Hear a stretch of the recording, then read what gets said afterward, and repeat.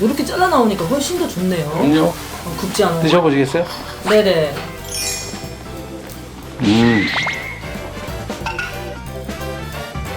근데 진짜 맛있다.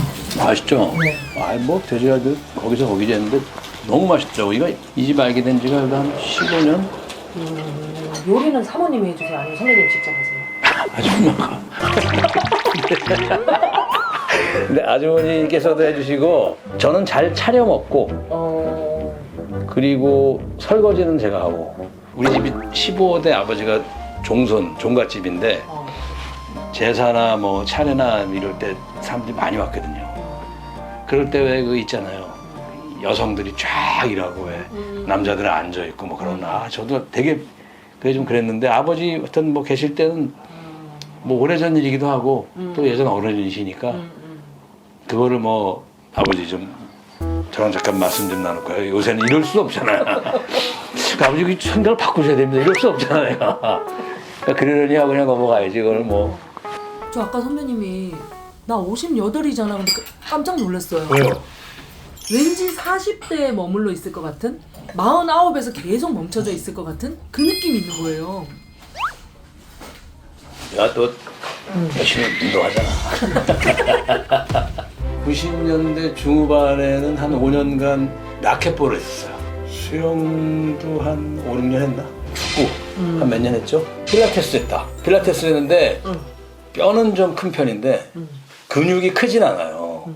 그래서 나이가 들면서 이제 근감소도 약간 일어나고 이런데 필라테스에 누가 이제 유연성 좋아진다고 해서 한 2년 동안 필라테스만 했어요. 그랬더니 몸이 미스코리아가 돼 있어. 좀 늘어나갖고. 그러니까 필라테스가 너무 좋은 운동인데 필라테스를 하면서 근육을 이렇게 만들어놔야 되는데 필라테스만 한 거야. 비키니 입을 뻔했어요.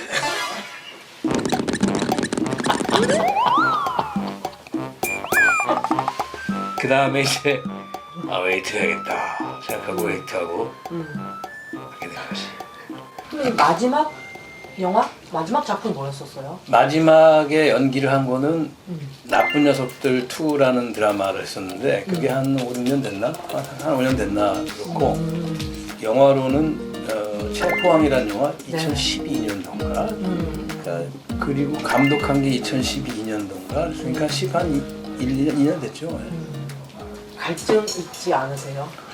예전 얘기라서 좀 실감이 안 갈지 몰라도 제가 감독하겠다고 한 시점이 영화를 40개를 하고 나도 내 연기에 좀 지쳤어요.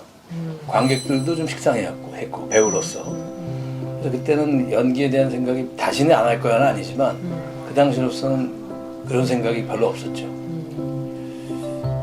근데 지금은 이제 다시 해야겠다 하면 잘할 수 있을 것 같다. 잘할 수 있다라는 게 뭐 다 죽었어 이건 아니더라도 그래도 힘 안 주고 편안하게 할 수 있을 것 같다 이런 생각이 들어요. 그리고 흔한 얘기인데 난 큰 성공도 해보고 큰 실패도 해봤잖아요. 성공을 통해서는 인기와 명예와 환호를 얻는데 큰 실패를 통해서 배워요. 그리고 성공했을 때는 지적이 잘 안 들어와 눈에 귀에 그냥 저 사람 그냥 헛소리 한다고 생각해요. 근데 실패했다고 생각하고 있는데 지적을 해오면 아프지만 들어와요 머리에. 그래서 실패한 것 통해서 많이 배웠어요. 근데 진짜 자기 객관화가 어렵잖아요. 선배님. 저 역시도 마찬가지고. 근데 선배님은 생각 외로 자기 객관화가 되게 잘 되어 계시네요. 자기 객관화를 끊임없이 하려고 노력을 하고 동시에 자기 객관화라는 이름으로 자신감도 잃어서도 안 되고 되게 참 미묘하지만 어렵고 아주 그런 것이에요. 선배님은 초반에 뭐 연기가 어떻다 하기 전에 선배님이 인기부터 얻기 시작을 했잖아요. 저는요 내 의지가 아니라 시대의 흐름으로 왔던 배우예요. 예를 들면 이면철수의 청춘 스케치는 내가 이제 87년도에 막 대학생이고 막 나 특유의 그 유쾌한 이런 것 때문에 흥행이 됐고 1등. 그 다음에 80년대라는 게 굉장히 어두운 시절이었잖아 우리나라에. 그래서 영화라는 게 사전 검열도 있고 그래서 에로 사극이나 호스티스물밖에 없었어요. 아니면 사회물. 그래서 실수하면서도 굉장히 아픈 사회극이에요. 그 다음에 그들도리처럼은 탄광의 어떤 노동자의 삶을 그리는 영화예요. 공무병의 사랑도 핍박받는 민초들의 삶을 그린 영화고. 그러니까 그때 나는 별명이 민중배우였어요. 지금 웃기려고 하는 소리 전혀 아니에요. 난 초청받는 데가 운동권 이런 데 소개받아서 민중배우지, 민중배우. 그 다음에 나의 사랑 나의 신부가 이제 이명세 감독님이 코미디라고 하지만 굉장히 아주 독특한 자기 세계를 가진 영화. 그거 끝나고 유학을 갔고 그 다음에 90년대에 돌아와서 첫 캅스를 찍을 때는 문민정부가 탄생을 했어요. 그래서 즐겁고 싶은 거예요. 92년도 3년도에. 그러면서 투캅스가 터진 거예요. 검열도 완화되고 나를 갖고 풍자의 소재를 삼아도 된다라고 김영삼 대통령이 얘기를 했고 그래갖고 시대가 웃고 싶은 거예요. 그래서 투캅스 1편, 투캅스 2편, 돈을 갖고 튀어라, 할렐루야 이런 영화들이 막 나온 거예요. 시대정신. 거기에 내가 대표적인 유쾌한 배우였고 그리고 게임의 법칙이라고 또 느와르 영화, 홍콩 영화 그때가 아주 게임의 법칙이 굉장히 매니아들이 많거든요. 깡패에서 그렇게 지내다가 인정사정 볼 것 없다 해서 완전히 그냥 이제 딱 이렇게 정점을 찍은 건데 그러다 보니까 이제 그러면서 2000년대로 넘어가면서 관객들이 지친 거야 박중훈한테. 극장에서 박중훈만 보는 거야. 그러다가 한석규, 송강호, 뭐 민식영 뭐 이렇게 설경구 조금 이제 좀 리얼리티가 있고 과장되지 않은 이제 우리의 소시민적인 그런 아주 훌륭한 매력을 가진 배우들이 나타난 거예요. 시대가 바뀌었다, 내 시대 갔냐가 아니라 난 2003년도에 흥행 톱 영화 중에 하나가 황산벌이에요. 2003년도예요. 그러니까 난 그냥 그대로 있는 거야. 황산벌 끝나고 한 영화 해운대고 연기차 그 다음에 해운대 끝나고 바로 라디오스타예요. 나는 쭉 간 거예요. 그러니까 나는 1980년대, 90년대, 2000년대, 2010년대까지 주연으로 히트작이 있어요. 40년대에 걸쳐서. 그러니까 내가 아까도 우리 PD님하고 얘기했는데 다 내 세대라는 거야. 박중훈 내 세대 배우라는 거야. 그게 너무 고마워. 근데 가만히 따져보면 다 자기 세대가 아니야. 자기 투캅 세대래. 몇 년생이가 87년생이래. 내가 93년도에 개봉했거든요. 6살 때 개봉된 영화인데 자기 세대라는 거야. 나한테는 영광이죠. 많은 세대들이 이렇게 생각하니까. 6살 때 나온 배우 어떻게 자기 세대 배우야. 그러네요. 그럼요. 그러니까 1967년, 8년, 9년, 70년 이런 배우들은 책받침 스타야. 맞아요. 그리고 2010년대 내깡패 같은 애인 본 이제 뭐 90년대 초반생은 또 그 모습이 뭐 라디오 스타부터 아는데 자기 시대 배우라는 거야. 얼마나 영광이야. 코미디 배우를 또 엄청나게 많이 하시잖아요. 아직까지도 선배님을 약간 코미디 배우라고 생각을 하는 사람들도 있고. 제가 코미디 한 40편 중에서 코미디 아닌 게 한 20편 되거든요. 그러니까 나의 사랑 나의 신부를 코미디라고 하기에는 그들도처럼 실수만수 뭐 우묵뱀의 사랑 뭐 그렇지 않은 영화들이 많아요. 인정사정 볼 것 없다도 있고. 근데 제가 코미디를 한 임팩트가 굉장히 큰 거예요. 맞아요. 예, 뭘 해도 그 이미지가 있는 거예요. 그래서 저한테는 되게 영광 같아요. 어떤 배우가 몇십 년을 했는데 한 가지 이미지가 없으면 굉장히 슬플 것 같아. 로버트 드니로 갱스터 영화 많이 했지. 말론 브란도 대부. 박중훈 투캅스. 얼마나 영광이야. 내가 내 색을 가졌다는 게. 다만 이제 한 가지가 자기 복제 형식으로 지나치게 많이 쓰이고 그래서 마모가 되고 식상을 하게 되고 이런 거는 문제가 돼요. 저도 그 당시 그랬던 시절이 있었었고 근데 그렇지 않은다면 자기 색깔을 갖는다는 건 굉장히 저는 어떤 배우로서 영광 아닌가. 선배님이 그러면 그때 감독이 되겠다 했을 때는 너무 지나치게 많이 쓰여졌다고 생각을 해서 그런 것도 있고요. 우연히 그런 생각도 있었던 차에 감독이 하고 싶었어요. 계속해서 표현은 안 했지만 고민이 될 때 그 생각을 하거든요. 인생에 있어서 가장 큰 고민이 될 때 나 이러고 죽으면 오늘 후회할 것 같다. 해서 감독을 했던 기억이 나요. 되면 너무 감사하고 잘 안 되더라도 나중에 그때 할 거리란 후회하지 말자 하고 했던 것 같아요. 그런 결정에 굉장히 큰 영향을 준 사람이 한 명 있는데 정승의 제작자가 있어요. 이 제작자가 저하고 친구처럼 잘 지냈는데 라디오스타 찍고 난 다음에 몸이 좀 안 좋아서 세상을 일찍 떠났어요. 떠나기 전에 저한테 얘기를 하더라고요. 아직도 그 목소리가 기억이 나는데 박중훈 저한테 이제 말 편하게 하는 생각 하고 싶은 거 다 하고 죽어. 40대 초반에 젊은 나이에 세상을 떠나는 친구의 입에서 내가 참 좋아하는 친구 그 소리가 나올 때 그 말도 굉장히 용기를 많이 받았어요. 말은 할까 말까 망설일 때 하지 말아야 되는 게 대부분 맞고 돈은 낼까 말까 망설일 때 내는 게 맞고 그 일을 할까 말까는 할 때는 하는 게 맞다는 거 아니에요. 왜냐하면 망설인다는 거는 둘 다가 가능하다는 얘기거든요. 대부분. 그래서 그런 면에서는 이제 남에게 피해 안 주고 내 인생 하고 싶은 거 다 했어요. 그래서 앞으로도 그렇게 살 것 같아요. 선배님한테 인기라는 게 뭐예요? 사실은 최고의 인기를 누려도 받고 지금 젊은 친구들은 잘 모르는 배우이기도 할 텐데 그 전에 저는 이제 태순 배우 유명한 신인 배우로 다시 거듭나고 싶어서 진짜 진심으로요. 1990년대생, 2000년생들은 잘 모를 거거든요. 얼마 좋아요. 새로운 전혀 저에 대한 이미지가 없는 예비 관객들이 있는 거 아니에요. 그래서 좋고 전 지금 생각해보니까 인기가 너무 좋았어요. 극단적으로 누가 나한테 물어보잖아요. 인기 많은 배우하고 기가 막힌 연기를 했는데 관객들한테 인기가 없는 배우를 하라면 저 솔직히 인기 있는 배우를 하겠어요.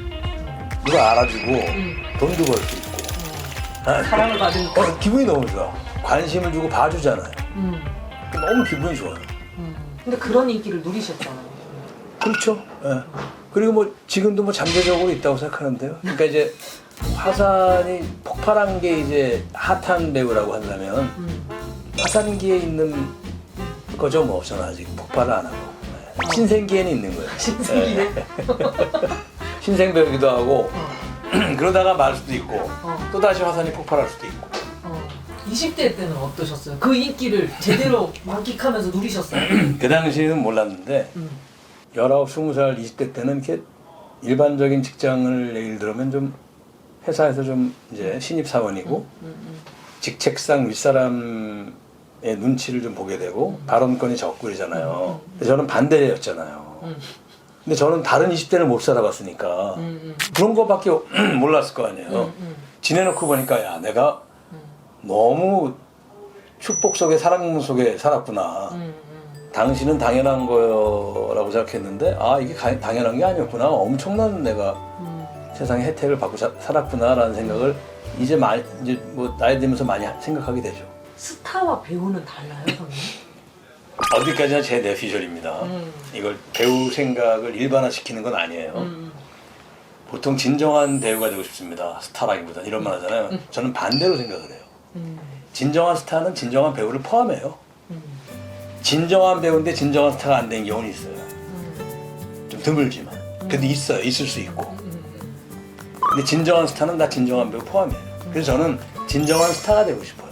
진정한 스타시잖아요. 아니 그거는 뭐 지금 앞에서 설명해주실 필요는 없고 진정한 스타세요, 진짜. 너 저는 전 국민이 안다면 진정한 스타라고 생각해요. 좀 진정해 주세요. 이런 거. 이거 안 웃기는 거 알아. 아니 근데 약간 내가 했는데 내가 당황해가지고.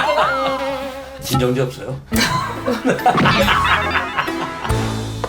선배님은 진짜 배우가 되고 싶으셨어요? 내가 배우가 될 수 있을 거라는 상상은 한 번도 못했어요. 감히. 근데 어떻게? 뭐 하나만 걸려라. 어. 코미디언이나 가수나 배우나 하나만 걸려라. 연예인이 하고 싶었던 거예요? 남 앞에 나서는 거. 아 학교 다닐 때부터 너무나 잘했기 때문에? 재수할 때 밤무대에서 가수로 노래를 했었거든요. 그래서 라디오스타 때 노래를 그렇게 잘하셨구나. 그러니까 노래를 워낙 했었어요. 네네. 근데 84년도에 세종문화회관 뒤에 세종 빌딩이라는 데가 있었어요. 그 지하에 세종 스탠드바라고 있었어요. 그 당시 스탠드바가 항상 네네. 밤무대일 때예요. 네네네. 돌아가신 이기동 네. 코미디언 선생 네네네. 다음 스테이지에서 노래를 했고요. 어. 영동 호텔 맞은편에 뉴멕시코 스탠드바라고 있었어요. 거기에 가수 방주현 씨 전 스테이지인가에서 노래를 했었어요. 임현우라는 가명으로. 왜 가면? 그냥 이래갖고 꽃 피는 동백석에 뽕짝 메들리. 제2에게도 부르고 막 반응이 좋았어요. 그들이 네네네. 사장님이 오더니 노래할 생각 없냐고. 있다고 돈 주실 거냐고. 한 곳에서 30만 원 받았죠.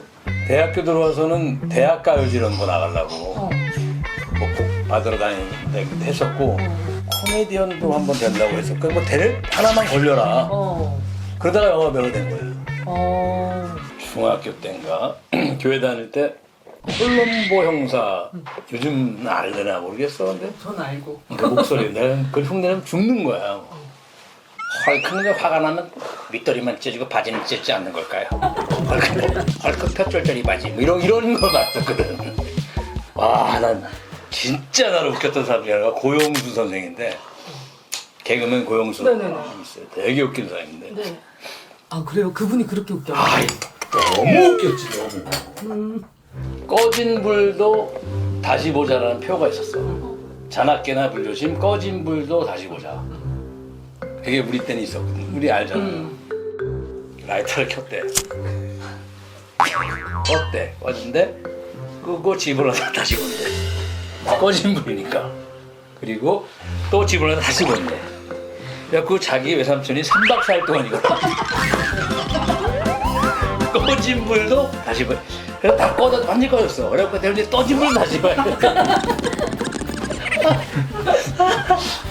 그러면서 쳐다봐. 아니 배우를 안 하셨어도 무엇을 하든 잘했을 것 같다는 생각이 들면서 딱 계획이 섰어. 난 이해로도 좀 계획적인 편인데 20대는 한번 쪄보자. 10년 짜서 안 되면 딴 걸로 간다. 근데 뭐 집이 돈이 많은 공직자 집안이니까 돈이 많고 그러지 않으니까 우리 때는 기억났지. 남대문에서 홀라 이렇게 조그만 데 얻어서 난 그거 했을 것 같아. 그냥 끼하고도 맞고 그렇게 해서 난 그 옷장사를 하겠다고 마음을 먹었어. 제2의 그 안 될 때 그 플랜 B로. 아주 구체적으로 그 생각을 했어. 자기가 무엇을 잘하는지 찾기는 어렵잖아요. 근데 그게 선배님 어렸을 때부터 명확하셨어요? 너무 독특하니까. 학교 다닐 때 사람 웃기고 선생님 흉내 잘 내고 애들 날고 웃고 오락부장하고 너무 명확하잖아. 방향이 수학자라고 물리학자라고 화학자라는 게 아니잖아. 그러니까 정확할 수밖에 없죠. 그래도 그런 친구들은 왜 학교 다닐 때 늘 있잖아요. 있어. 있는데 그런 친구가 사실은 그 길을 가기 위해서 애쓰고 만나고 그 길로 간 사람을 찾기는 참 쉽지 않은 거예요. 그렇죠. 나도 인지 조사를 안 해갖고 정확한 통계치는 모르겠는데 그렇게 얘기하니까 내가 좀 이 기록이 없네. 근데 내가 한번 그 전수조사를 한번 해야겠어. 그런 애들이 왜 그렇게 안 갔는가에 대한 그런 한번 성찰이 있어야 될 것 같아. 고찰과 이대로는 안 될 것 같아. 선배님이 헐리우드 가셨잖아요. 네. 헐리우드를 가게 된 계기가 있으세요? 있어요. 저의 헐리우드는 두 가지 단계가 있는데요. IMF 전에 우리나라 영화가 미국에 투자를 많이 하는 뭐 그런 뭐 시절이었어요. 그래서 한국 배우하고 미국 배우하고 좀 이렇게 뻔한 액션 영화를 하나 합작을 해서 MGM에서 하나 만들었어요. 그래서 터미네이터 1편 주인공했던 마이클 빈이라는 배우하고 저하고 둘이 아메리칸 드래곤이라는 영화를 MGM에서 찍었어요. 2000년도에 제가 찍은 인정사정 볼 것 없다라는 영화가 미국의 아주 관심받는 영화제인 썬댄스 영화제, 썬댄스 필름 페스티벌에 초대가 돼서 그때 마침 양들의 침묵, 필라델피아 만든 아카데미 감독상 받은 조나단 데미 감독이 코리안 액션 필름이라는 소위 말하는 찌라시를 봤대요. 그래서 그때만 해도 한국 그러면 K 컬처 이런 게 아니라 뭐 노스 코리아, 사우스 코리아 잘 구별 못하고 이러던 시절이니까 코리안 액션 필름 이러고서 보러 오신 거예요. 그리고 저한테 연락이 온 거예요. 같이 영화하자. 그 영화 너무 좋았었죠. 그래서 꿈 같은 얘기죠. 그래서 그게 샤레이드라는 1963년도에 그 오드리 헵번하고 게리 그란트가 했던 영화 리메이크거든요. 찰리 딘시라는 영화가. 거기서 제가 이제 제임스 코번 역인 조연을 맡은 거죠. 그래서 그 영화를 찍게 된 거예요. 그래서 한참 또 미국에서 활동을 하셨었구나. 맞아요. 근데 그게 저희 아버지가 처음에 배우 되는 걸 이렇게 반대하시다가 나중에는 이제 참 굉장히 반대되셨다 나중에는 든든한 지원자가 되셨거든요. 갑자기 심장마비로 돌아가셔가지고 이제 젊은 분이 교통사고 돌아가신 것 같은 느낌이었는데 아시고 그러셨는지 모르지만 돌아가신 몇 달 전에 우연히 저한테 중훈아 이리 와라 그러더니 야 네가 잘하는 거 보니까 참 좋다. 네가 나한테 효도를 많이 한 것 같다. 네 일을 잘해서. 아버지가 너한테 해줄 건 없고 자식이지만 고맙다. 그래서 내 복을 네가 다 가져가라. 이러시는 거예요. 그리고 이제 6개월 뒤에 돌아가신 거예요. 그리고 나서 이 연락이 온 거예요. 그리고 좀 더 지나서 제가 어디 좀 투자한 게 있는데 좀 큰 수익으로 돌아왔어요. 아 이거 아버지가 주신 거구나. 그래서 제 역할이 오사다라는 이름이었어요. 일본 이름. 근데 감독님한테 얘기를 했어요. 감독님 제가 이 역할 이름을 아버지 이름으로 좀 바꿔주십시오. 우리 아버지 이름이 일상인데 박일자 상자 일상이거든요. 일상으로 좀 바꿔주십시오. 그 이유는 이러이러합니다. 흔쾌히 바꿔줬어요. 배우들 쉬는 휴게차 트레일러가 있거든요. 거기에는 박중훈으로 안 써놓고 그럼 일상 써놓은 거예요. 6개월을 맨날 아버지 이름 보고 들어간 거예요. 그러니까 아버지가 다 주시는 것 같아요. 그래서 역할 이름도 일상, 법인 이름도 일상. 아버지가 지금 25년 전에 돌아가셨으니까 지금 만질 수는 없지만 항상 가슴에 있어요. 어머니도 물론 마찬가지고. 그래서 아버지한테 항상 이거는 내가 내 복을 네가 다 가져가라 한 그게 그렇게 기억이 나요. 선배님은 어떤 아버지세요? 완전 친구 같은 아버지죠.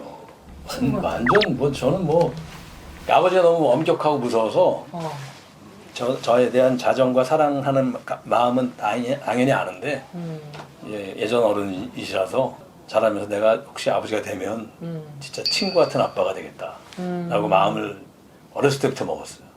아이들한테 아주 뭐 그냥 진짜 친한 친구. 네. 아들 하나 딸 둘. 아들 하나 딸 둘. 큰 아이가 21살 때 군대를 가고 아프리카 파병을 갔어요. 남수단으로. 저한테 가기 전에 편지를 주는데 내가 아빠에게 감사한 이유 50가지 해가지고 써서 줬어요. 지금도 있어요, 편지가. 와. 그래서 그거를 지금도 사진 찍고 갖고 다녀요. 완전 감동이었겠네요. 너무 감동이죠. 7년 전에. 야, 그때 막 눈물 흘리고 막. 이렇게 50가지 써주다니 왜 이러겠어, 얼마나. 이 자식이 이렇게 했으니까 이야 이거 진짜 너무 행복한 일. 너무 행복하더라고요. 기본적으로 저는 딸 둘 있잖아요. 통행금이 없어요. 몇시면 들어와라 그러잖아요. 대부분 걱정돼서. 나는 우리 집은 없어요. 저는 배우 된다고 대학교 1학년 때 했을 때도 배우인데 통금이 있었거든요. 아들인데. 미치겠더라고 진짜 아버지 때문에. 그때는 부모는 활이고 자식은 화살이다. 그러니까 활은 화살이 얼나게끔 이렇게 탄력을 주는 거고 활은 앞으로 나가는 건데 부모로서 아빠로서 그냥 도와주고 튕겨나가게 해주고 자기가 나가는 거예요. 그거를 이미 떠난 화살한테 돌아와 뭐라고 그래. 대신 이 얘기는 해 내가 말하면 파병 갈 때도 되게 이제 뭐 공병부대니까 빨리 전투하진 않지만 그래도 남수단이 내전이 있는 나라거든요. 가도 되겠냐 안 되겠냐 물어보는 거라고요. 그 네가 판단해라. 네가 나한테 물어보면 내 의견은 얘기해 줄 수 있다. 근데 가면 더 말할 나위 없이 좋은 경험을 할 테고 또 안 가면 그만큼 또 안전할 테고 장단점이 있지 않겠느냐. 근데 네가 판단해라. 다만 조건이 책임도 네가 져라. 그래도 돌아올 때까지 걱정이 엄청 많아요. 아, 되게 많았죠. 큰 아이는 지금 이제 디지털 유목민을 해요. 이제 대학교 졸업하고 군대 갔다 와서 컴퓨터 프로그래머로 프리랜서로 일하면서 2년째 여행을 다녀요. 한 50개국. 그리고 둘째는 대학원 졸업하고 막내도 대학 졸업하니까 시간들이 좀 자유롭잖아요. 방학이라든가 뭐 여러 가지. 저도 지금 편안하고. 그래서 가족여행을 되게 많이 다녔어요. 근데 그렇게 큰 자식들이 부모님하고 여행 가기가 참 쉽지 않잖아요. 그렇죠. 불편하게 안 만드니까 그렇죠. 그녀가 어디 혼자 좀 밤에 클럽도 갔다 오고 하고 그러고 싶대요. 그럼 갔다 오게 해요. 그러면 새벽 한 3-4시에 들어와요. 너 녀석아 가족여행 왔는데 혼자서 개인행도 이게 아니고 갔다 오는 거야 그냥. 친구가 있다 난 좀 갔다 와야겠어 어디 그러면 갔다 오잖아요. 그러니까 그냥 친구랑 여행 온 것처럼 똑같이 해주니까 불편하지가 않은 거죠. 심지어 이렇게 얘기해요. 야 오늘 여행 가서 고기 먹으러 갈 건데 자기는 고기 싫대요. 그럼 넌 뭐 먹을래? 그러면 국수 먹고 싶다 그러면 그럼 그거 먹어라. 계속 보름 동안 있는데 한 끼는 그거 먹고 와라. 우리 이거 먹고 올게. 강요를 안 하는 거 강요를. 근데 그렇게 계속 자유를 주잖아요. 지가 와요. 궁금해서. 자기 인생의 자율권은 자식한테 준다. 이게 제 아주 강한 신념이에요. 야 오늘 하루 종일 여행 온 거 같네. 문동서부터. 그럼 오늘 이제 박혜령 만나는구나, PD씨 만나는구나. 내가 오늘 가서 꼭 얘기하고 싶었다라는 게 있으셨나요? 얘기 충분히 했고요. 그리고 쥐어짰어. 나중에 마른 걸레에 국물 나오듯이 막 더 이상 얘기할 게 없을 정도 다 얘기한 것 같아요, 진짜. 아 그래요?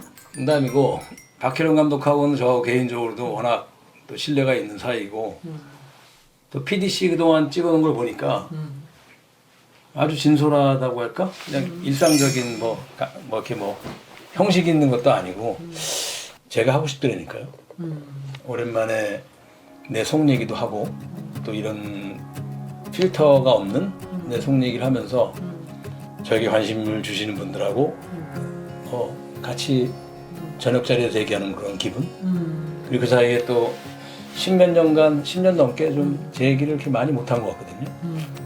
오늘 이렇게 하면서 또 이제 다시 배우로서 이제 올해는 좀 시작을 하려고 하니까 얘기가 잘 이렇게 좀 소통이 됐으면 좋겠어요. 옛날에 우리가 너무나 작품에서 많이 뵀었던 선배님 모습을 2024년, 2025년 앞으로 쭉 자주 뵐 수 있었으면 좋겠다. 그리고 오래오래 활동해 주셨으면 좋겠다라는 생각이 들어요. 좋습니다. 저도 느낌상 감사하게도 운동선수로 말하면 다시 올림픽에 나가겠다고 국가대표 선수촌에 들어온 느낌이에요.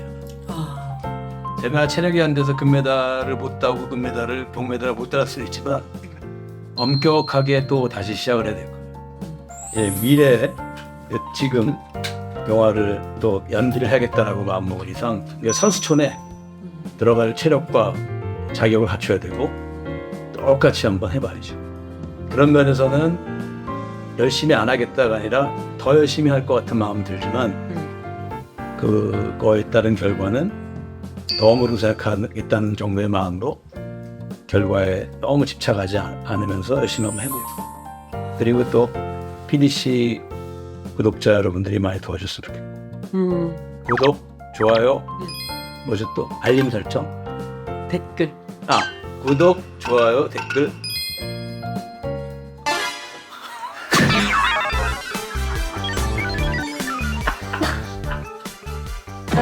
나 이 한계야 이게.